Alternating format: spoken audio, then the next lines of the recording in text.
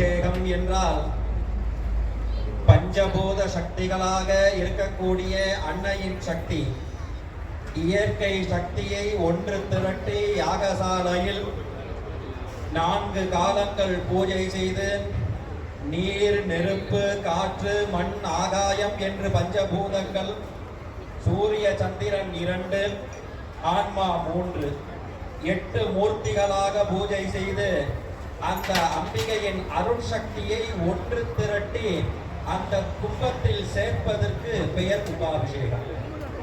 பொதுவாக கும்பாபிஷேகம்னா கையில் ஒரு கலசம், அதுதான் கும்பம்.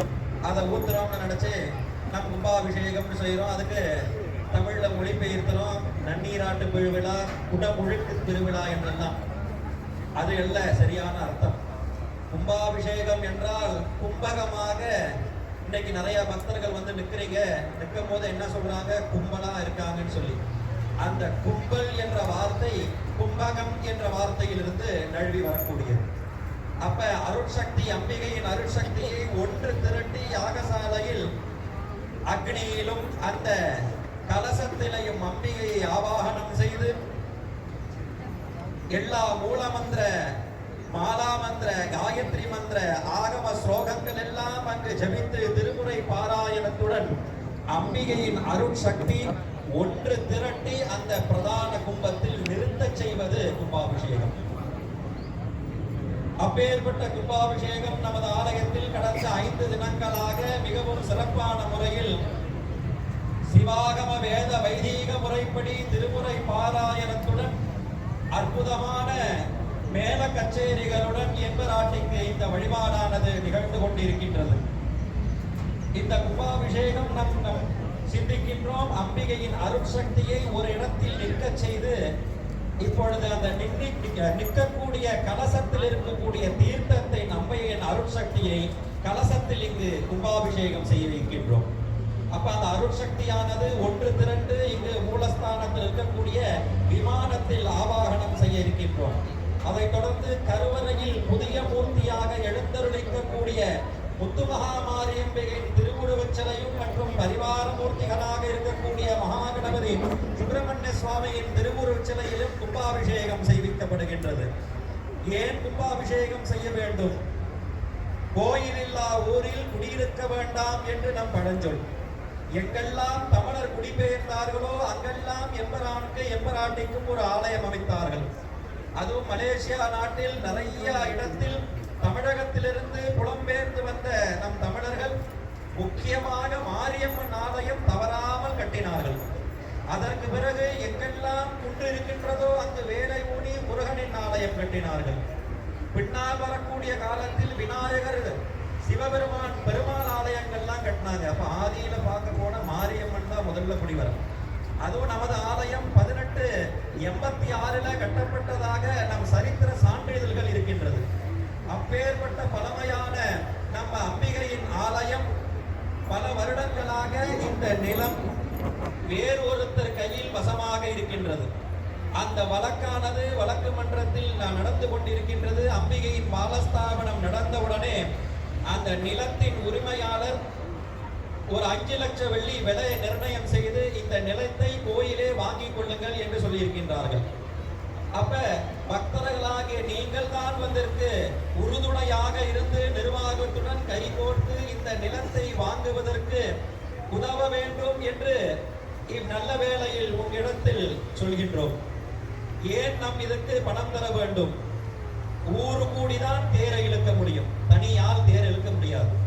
அப்ப அந்த ஊரு கூடிதான் தேரை இருக்க வேண்டும் என்றால் இந்த ஊரில் குடியாக கொண்டிருக்கக்கூடிய மக்களாகிய நீங்கள் முடிந்த அளவு இந்த நிலத்தை வாங்குவதற்கு நிதி உதவி செய்ய வேண்டும். ஆத்மாரி அம்பிகை ஆணிவேராக இருக்கின்றார். அந்த மரத்தில் இருக்கக்கூடிய கிளைகள், இலைகள், பூக்கள், கனிகள், காய்கள் இதெல்லாம் நம் ஜீவராசிகளாக இருக்கின்றோம். இந்த பினாந்தியா இருக்கட்டும், அடுத்து இருக்கக்கூடிய லூனாஸாக இருக்கட்டும், அடுத்து இருக்கக்கூடிய புக்கெட் மருதாராமா இருக்கட்டும், அல்லது பினாங் மாநிலமாக இருக்கட்டும், கடா மாநிலமாக இருக்கின்றோம், இதற்கெல்லாம் அம்பிகை இங்கு ராஜாதி ராஜனாக எழுந்தருளி அருள் பாலிக்க இருக்கின்றார். அப்ப அந்த ஆணிவேர் செழிப்பாக இருக்க வேண்டும் என்றால் இதுபோல் ஆதி வைக்க வேண்டும். அந்த மரம் செழிப்பாக இருக்க வேண்டும் என்றால் நீரை கொண்டு இலையில் தெளிச்சா மரம் செழிப்பாகாது, பழத்துல தெளிச்சா செழிப்பாகாது, பூல தெளிச்சாலும் செழிப்பாகாது. எங்க விடணும்னா ஆணி வேறாக இருக்கக்கூடிய திருமூலத்தான எம்பராட்டி திருமேனி மேல் விட வேண்டும். அப்படி விடும் பொழுது எம்பராட்டியின் அருள் சக்தியானது மூலஸ்தானத்தில் எவ்வாறு கும்பாபிஷேகத்தில் கும்பகமாக சக்தியை சேர்த்து வைக்கின்றோமோ அந்த கும்பகமாக இருக்கக்கூடிய சக்தி நமக்கு அருள் பாலிக்கும். மகாமாரியே ஒரு சிறப்பான தேவி. காரணாமலத்தில் மகாமாரியின் பிரபாவத்தை கூறுகின்றார். மாராசுரேன் அசுரன் என்ற ஒரு அசுரன் பூலோகத்தில் எல்லாரையும் துன்புறுத்தி வருகின்றார். அசுரர்களுக்கே இது ஒரு இயல்பான விஷயம். கடுமையா தவம் இருப்பார்கள், அசைக்க முடியாத வரங்கள் பெறுவார்கள், அதுக்கப்புறம் தவறு செய்வார்கள். இது பொதுவா நம்ம இடத்துல பார்க்கிறோம். நம்ம ஆபீஸ்ல வேலை செஞ்சுட்டு இருப்பாங்க, நம்ம கூட ஒவ்வொரு நாளும் சிரிச்சு பழகிட்டு இருப்பாங்க. ஒரு ப்ரொமோஷன் வந்த உடனே அவங்களோட ட்ரூ கலர்ஸை காட்டுவாங்க இல்லையா?